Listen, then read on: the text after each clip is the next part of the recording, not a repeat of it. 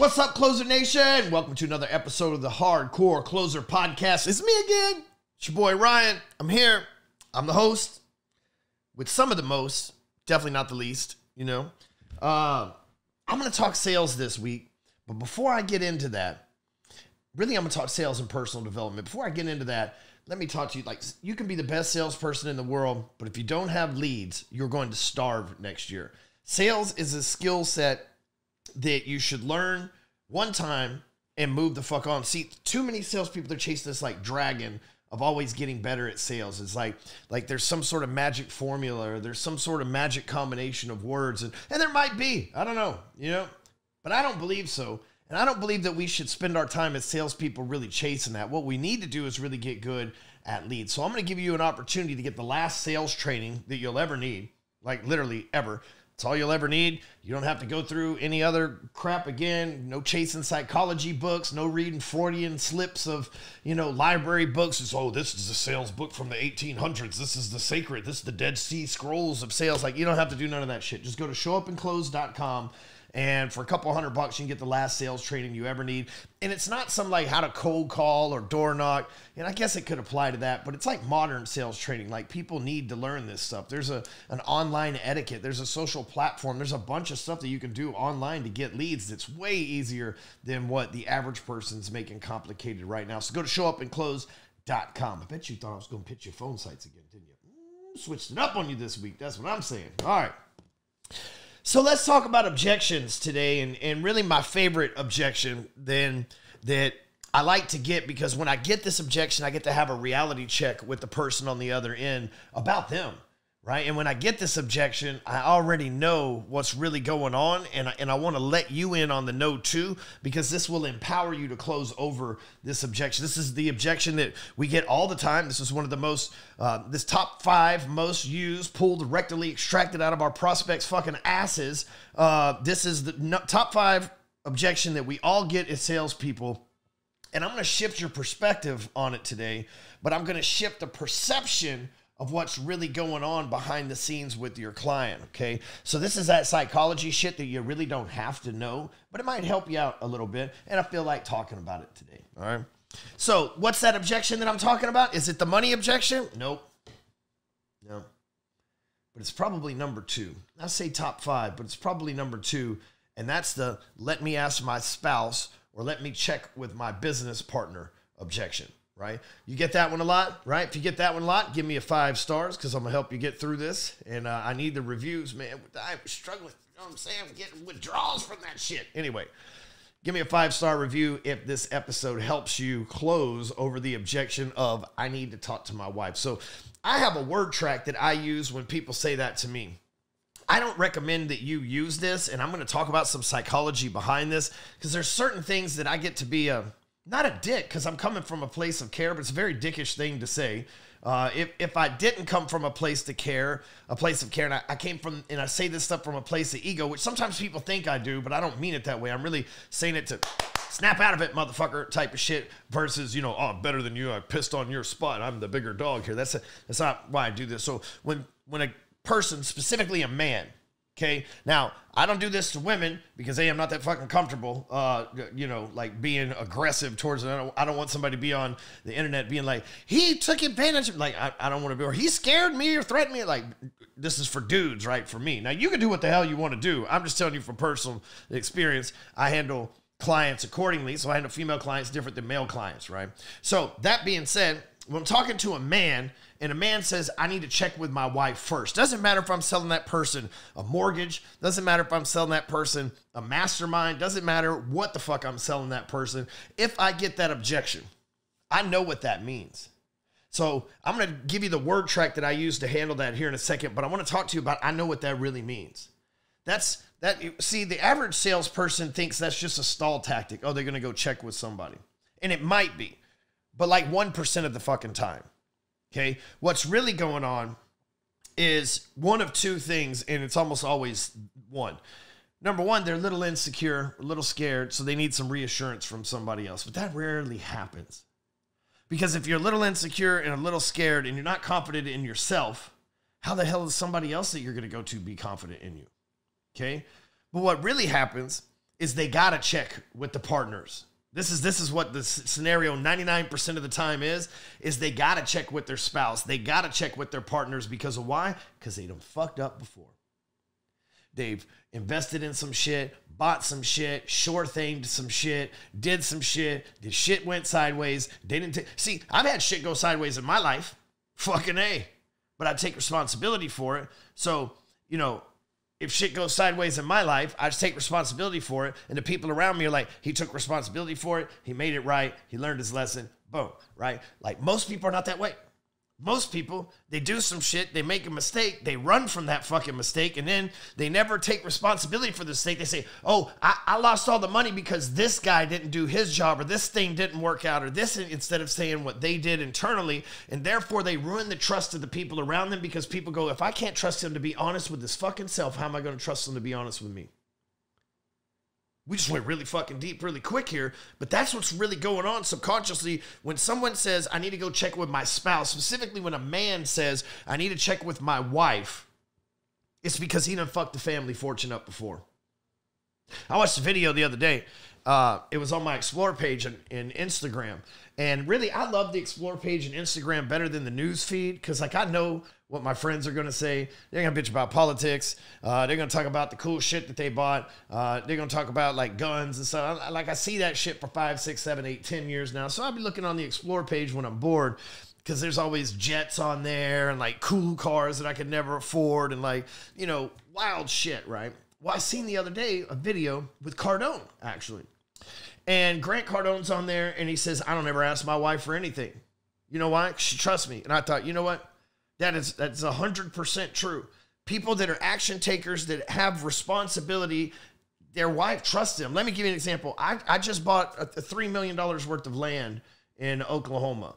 And my wife never went, she had no idea where it was, never saw it, never nothing. But I mean, that's a lot of money. That's not like, oh, I like, you know, I fucked around and spent $500 on some shit without your permission. Like, no, $3 million deal that I did over there for us, right? This is for the family. It's not just like, you know, an investment. She's used to that craziness, right? But again, hey, babe, I found the right place. I put the money down on it. We got the 30 days to close on this thing. I'm going to move forward with it. You trust me? Fucking A, she trusts me. She's like, yeah, I'll check it out whenever I can get out there. She knows that I have the best intentions because I have the track record of doing that. So I might be the guy to say, let me check with my wife only when my wife's involved. For example, we just had some estate planning stuff drawn up because of the addition of the ranch. And it's like, hey, when can you schedule this to do this? Let me check with my wife and see if she's available. That's a real time. But I'm moving forward in the sales process. I'm not stalling at that point, right? So hear me out. When a man specifically says, I got to check with my wife, that's because he has failed her. That's because he invested in my case, let's say I'm selling masterminds. That's because he invested in a mastermind before and didn't get shit from it. And then the reason why a person doesn't get shit from a mastermind, I could go take the sorriest motherfucker on this planet's mastermind or course or whatever, and I can make $1 from it. I could go spend $10,000 on some bullshit course that's 4 or 5 fucking videos only from some dipshit that's never done nothing in his life, but there's something in there that I can take action on and fucking make money from. That's the abundant mindset that I got. I can read the stupidest fucking book that I know everything in it, but there could be one sentence in there that is a magic combination of words that unlocks that door to my mind to the next level. You see what I'm saying? But a lot of people, they don't act that way. They go watch 1 or 2 videos and they think, oh, I fucking know all this shit. It's fucking bullshit, blah, blah, blah. Then they don't do shit because know-it-alls don't do it all. You ever notice that shit? And so what happens, they invest in something, they don't take action, the wife's disappointed. Now they're bitching to the wives, well, you know, I got ripped off by that one fucking blah, blah, blah pyramid thing that I was in, blah, blah. So then now they've got to ask for permission. And what's the spouse's impression going to be? Well, the last time you did that. And guess what? They're probably not going to ask their spouse. Because you know why they're not going to ask their spouse? Because they don't want to hear that shit. They don't want to reopen an old wound. They don't want to fight again. They don't want to bring that memory up of that time that they put their fucking marriage in jeopardy because they chose not to take personal responsibility. You go, God damn, Dr. Stewman, lay off of them here. But I'm speaking to somebody here. And it's not just your spouse. I was in a meeting 2 days ago, and I brought up the name of somebody I thought was one of our clients and somebody that I like the guy, you know, and One of the dudes, the sales guy goes, "No, man, he dropped out last month." Dropped out. We do year-long contracts for our stuff. So, like, dropping out is a very big deal. And I'm like, drop out? He said, yeah. He caught his daughter or his son or something like that smoking and drinking, and they're a teenager. So we need to focus on family stuff. And I thought, man, this person's in the fitness business. And I thought, man, like that guy shouldn't have left. And the reason why your kids do stuff like that, if you're like this healthy fitness person and your kids are rebelling against you, it's because they see that you're not congruent at home. You're not doing who you say they are. If my kids saw me be super healthy and then they go do unhealthy shit, it's because they don't want to be like me, because they see something hypocritical inside myself that they resent. That's real shit, y'all. Now, my kids aren't teenagers yet, right? I haven't fought that battle yet, but my job is not just to be an example for you guys on this podcast. It's not just to be an example for my employees. It's first and foremost to be an example for God. Second, my wife. Third, my kids. Everything else falls in succession to that. So when my kids look at me, my job is to be that example of what I want them to be. You know what? And because of that, I don't really have to yell at my kids very much. I could tell you, man, maybe I spanked them once this year. If that, that's not what has to happen. And they're young kids. They need to get tightened up all the time, right?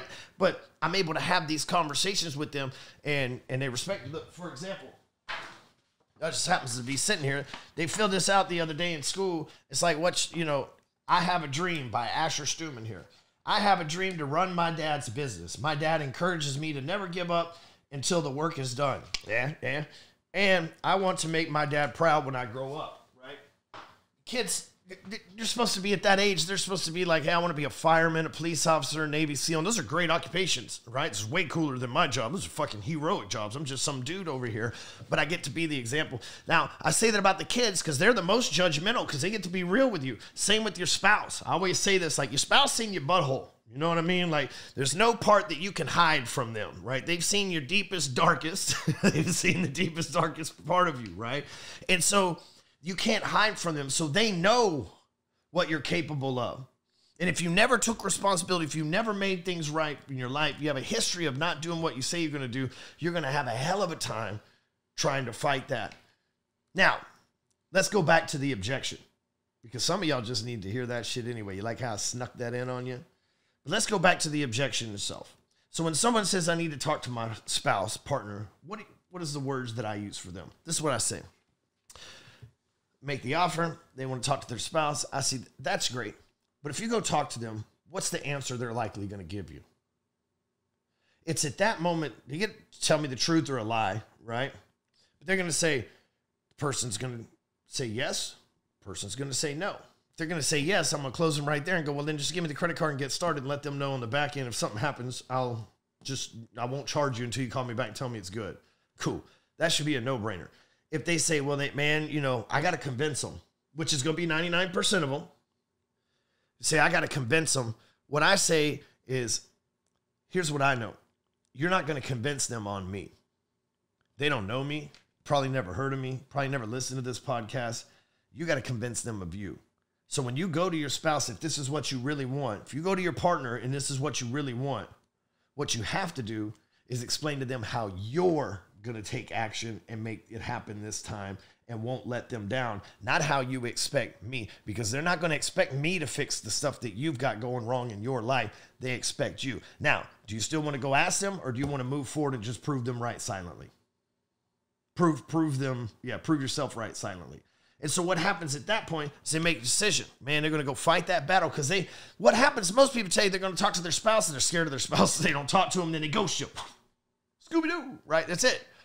See, in this instance, we're sending them with clear, hey, we already know what's going to happen in that spouse conversation, right? Now, listen, I'm not even going to go there. We already know what's going to happen in that conversation. So if we're telling them and putting them through that pain in the up front that they're going to have to go on the back end, it's less likely they're going to want to go through that pain again, so they're most likely going to move with us. Now, here's the part about being a salesperson that matters the most. It fucking matters the most. It does to me. I don't know what matters the most to you. You might say the money. That's cool, right? It's up there with like air, as Zig Ziglar said. But the thing that matters the most to me as a salesperson is the integrity of doing what you say you're going to do.